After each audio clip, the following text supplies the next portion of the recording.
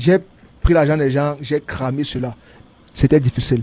Je ne sais pas pourquoi les gens ne font que me taguer sur cette vidéo partout. TikTok, Instagram. Pardon, ça prouve que c'est quelqu'un qui ne me connaît même pas, il n'a pas fait de recherche, il vient juste raconter du n'importe quoi parce qu'il est frustré que je fais les performances qu'il n'a jamais fait dans toute sa carrière. Honnêtement, moi je ne sais pas ce que M. Oceanicos réclame à M. Tech. Dans sa file de souvenirs, il y a tous les profits qu'il a eu à faire là-bas. Il a posté ça depuis 2023. Donc, c'est pas quand il arrive à Dubaï qu'il a commencé à faire des gros retraits, tout ça. Quand tu veux parler niveau finance avec moi, il faut d'abord prélever le fait que tu fais des formations tout le temps, des pubs tout le temps. Moi, quand je parle avec des preuves. Le broker m'a proposé, les amis, moi j'ai 5 ans. J'ai refusé. Je ne sais pas si vous êtes au courant de ce qui est en train de se passer ici, au Cameroun.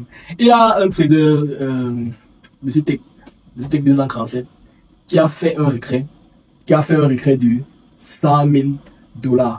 C'est-à-dire qu'il a gagné l'équivalent de 65 millions en trading en quelques jours. Et je pense qu'il a fait une quarantaine de millions en une journée.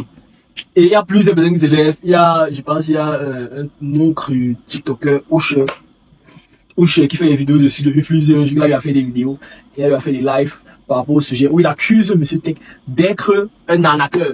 Quelqu'un qui a été contacté par les brokers pour aller, surtout qu'actuellement il est à Dubaï, pour aller à Dubaï, filmer sa vie, et que le retrait là c'est un dépôt qu'apparemment on lui aura envoyé, que XS lui aura envoyé dans son compte pour que il montre qu'il a fait 100 000 $. Comme ça, les gens le font confiance, et les gens viennent chez lui, ils les amènent chez XS, et apparemment il montre que c'est une pratique, et il excite, il demande à M. Tech de faire des preuves de retrait. Bon, je vais vous éclaircir, je vais vous dire, moi, ma petite avis, parce que j'ai récemment rencontré quelqu'un de la famille de M. Tech. Quelqu'un qui est cousin avec M. Tech.